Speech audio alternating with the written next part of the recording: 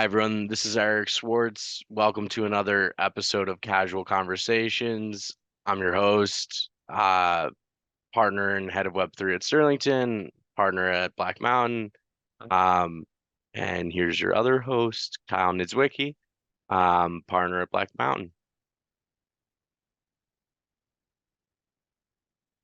Today Howdy. we're gonna today we're gonna be talking through just a bunch of regulatory outcomes since there's been so many really significant regulatory outcomes over the course of the summer. We figured we'd start with Ripple, um, discuss Terra a bit, and then discuss the GBTC case a bit. Um, so starting with Ripple, first thing we wanted to say about Ripple is the decision has the feeling of something like jury nullification if you tried to look at it from a pure legal analytics perspective, I think.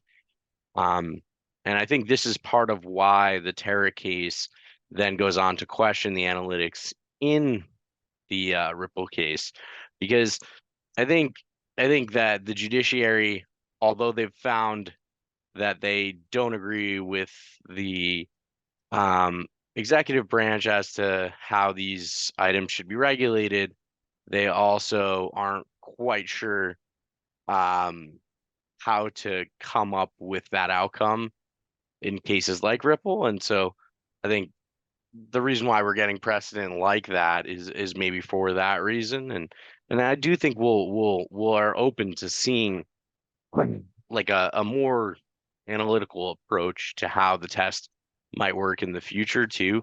I think the Terra case was really interesting in describing that in the judge was really, I think, profoundly helpful in describing that he doesn't in fact think that digital assets are always securities, and he definitely does analyze the particular offering and the particular asset and the particular marketing efforts in each instance to make the determination. So at the end of the day, even the Terra case itself is pretty bullish for the space, because if that's the case, we can rest assured that there are in fact some digital assets that are non-securities, and therefore we can structure them as non-securities if we take the right paths with respect to those various um, offering mechanics. And I think there are a few offering mechanics that certainly we advocate for and that we use in my practice at Sterlington and across the space. I think pretty commonly used is the structure where you essentially use the idea of a meme coin to really do something very, very similar to what a meme coin kind of promises, which is essentially nothing, and which is also kind of the contrapositive, if you will, of the Howey test. So essentially, we just say, hey, there is no team, there is no plan, there is no path to a profit. You are virtually assured to lose all your money.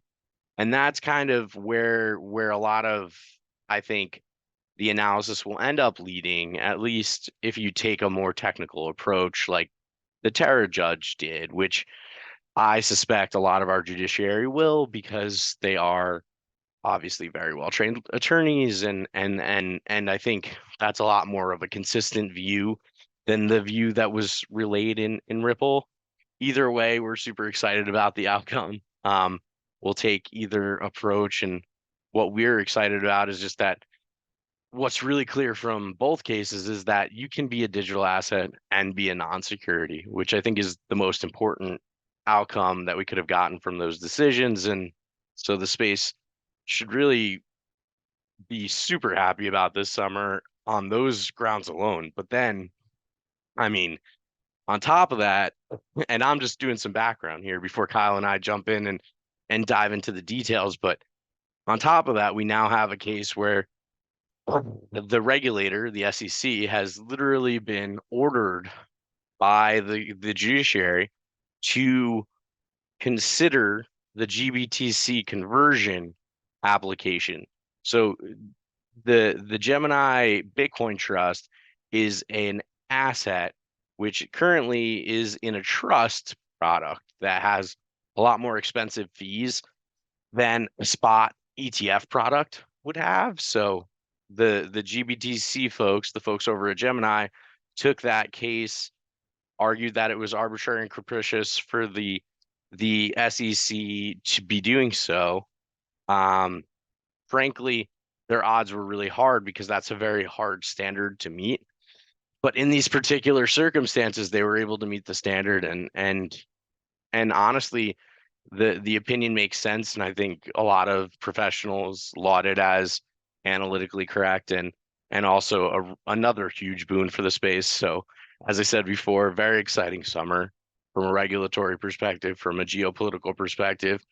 Love to hear more about how that's affected Kyle's trading, and we want to give him some time here to relay all that and obviously give you kind of more the trader's perspective on these particular outcomes. Definitely. And thanks for that introduction, Eric. That was a nice response to everything that's currently going on. Well, with Ripple and etc. I'd say at this rate, there's a new case just about every other week. Like right now, we're going through the Uniswap case, the Tornado Cash.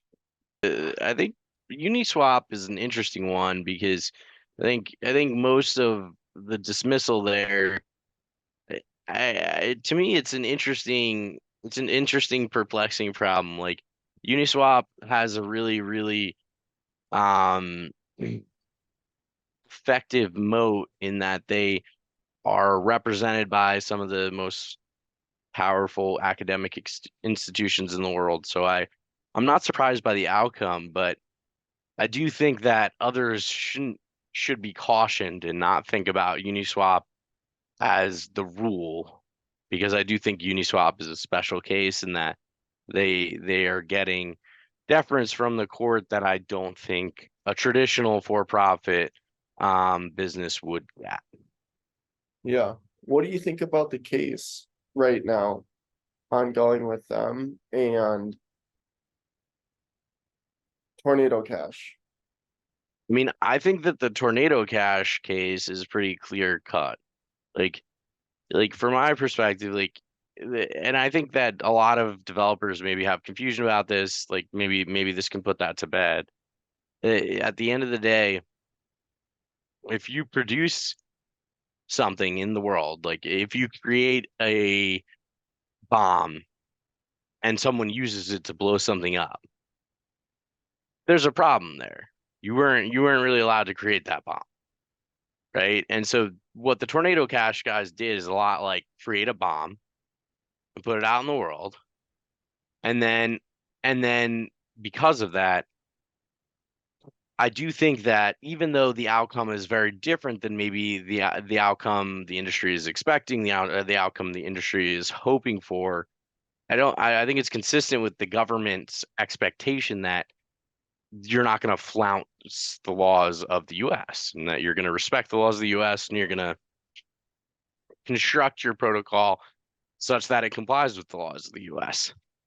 And I think that means that you really have to KYC and AML check the ecosystem. And otherwise, all you're really doing is providing a path for criminals to access financial services at the end of the day. And whether that's everyone or not, and I know all the counter arguments to that.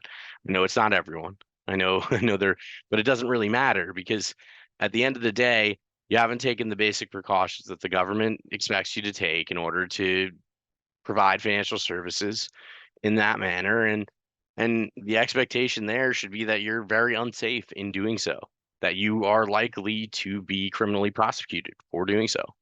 I don't think that DeFi founders should think in any other way, or they're really putting themselves at risk in a way that I wouldn't ever want anyone to. And so certainly that's what we advise our clients on and tell them to do. And it's our practice as from a business perspective. But the reason we do it is also because it's the most lucrative way to transact in Web3. The institutional cash will never be permitted to flow into ecosystems that aren't permissioned with respect to KYC and AML. So tax reporting, SEC regulation, so like it's confirmation of accredited investor status. In the case of a public solicitation, that includes a certification from a advisor that essentially says that the accredited investor's verification is accurate and that person is in fact accredited. And those things are really important. And if you haven't even attempted to include them in your ecosystem, it's hard for me to see why the regulators will ever side with you.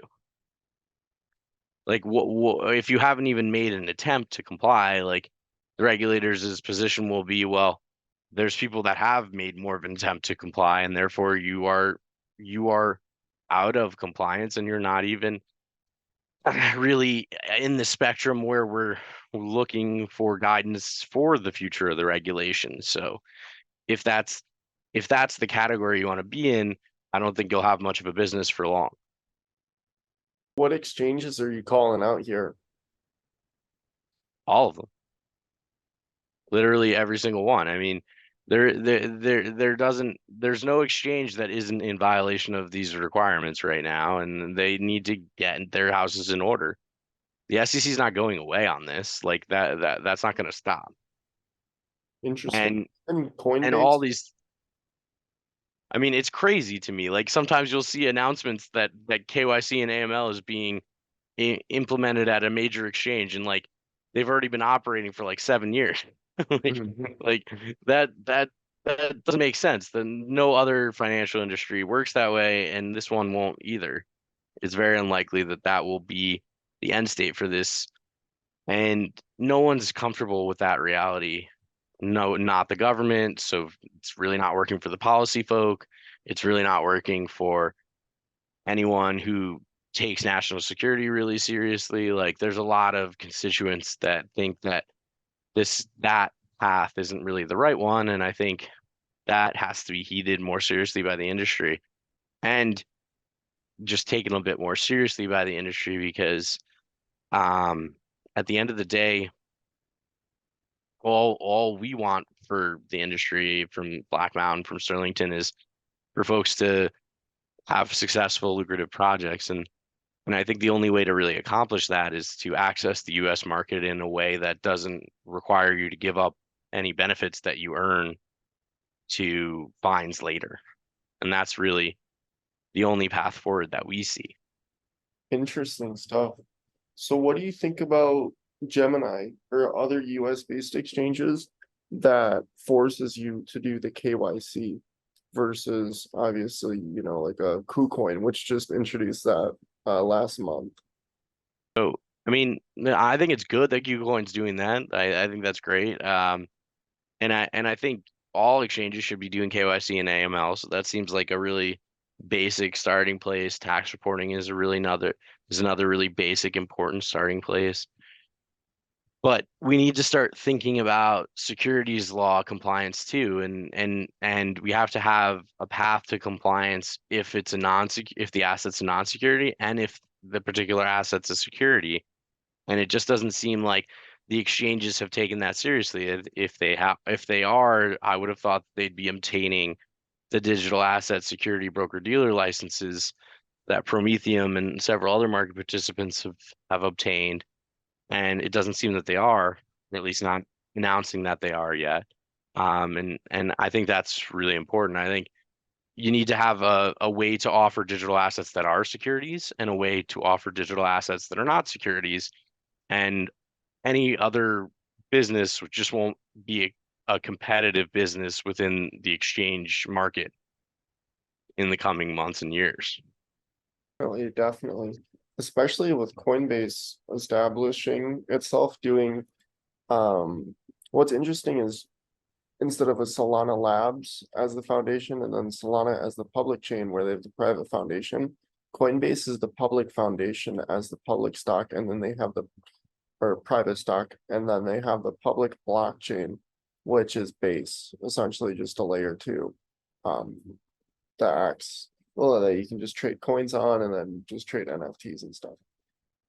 Yeah, which is really exciting too. I mean, the launch of Base, very interesting, right? Coinbase chose not to have a native token, which I think was a cautious and very logical decision for a big business like that. But would be interesting to see if there potentially will be a token in the future when there's a little more certainty. And we're just super happy that Coinbase is building um, within the decentralized space and creating ecosystems outside of the centralized sphere that they've come to dominate. I completely agree. I also wanted to get your feedback kind of in reverse as a trader, like what does the ETF really mean to you? If we do have a moment where we're going to have a significant ETF market for Bitcoin, which we obviously didn't get when the futures products were launched. I think that was pretty expected. The products are obviously um, not the same quality as a spot product. Um, what kind of market activity are you expecting from that that adoption and the first approval of a spot Bitcoin ETF? So everybody's just waiting on the decision for the ETFs right now. A lot of the retail that people think is going to come in from the ETFs, I think is already in.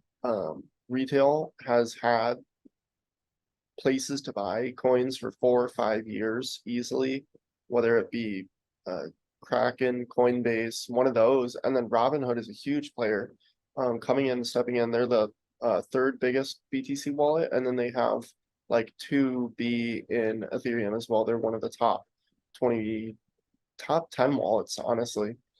So they're going to do self custody of or have a private reserve of BTC and ETH, which is great. I think for exchanges moving forward, we're going to see a lot more of that. We saw OKX post their reserves as well, but yeah, retail has had a chance to buy for 4 or 5 years. So with the ETFs coming from anywhere between October and February, March, like 6, 7 months span, we're going to see a lot of institutional inflows into those ETFs rather than the retail. Because retail is already in, or they have apps to already get in. They're not going to go to BlackRock, or they're not going to go to ARK, or they're not going to go to ProShares to buy into one of these ETFs. They'll just go to Robinhood, open that nice looking UI app with the UI, and then press buy, swipe right. I couldn't agree more. And with that, I think we'll leave our audience until our next casual conversation. Thank you so much for joining us. We look forward to talking again soon.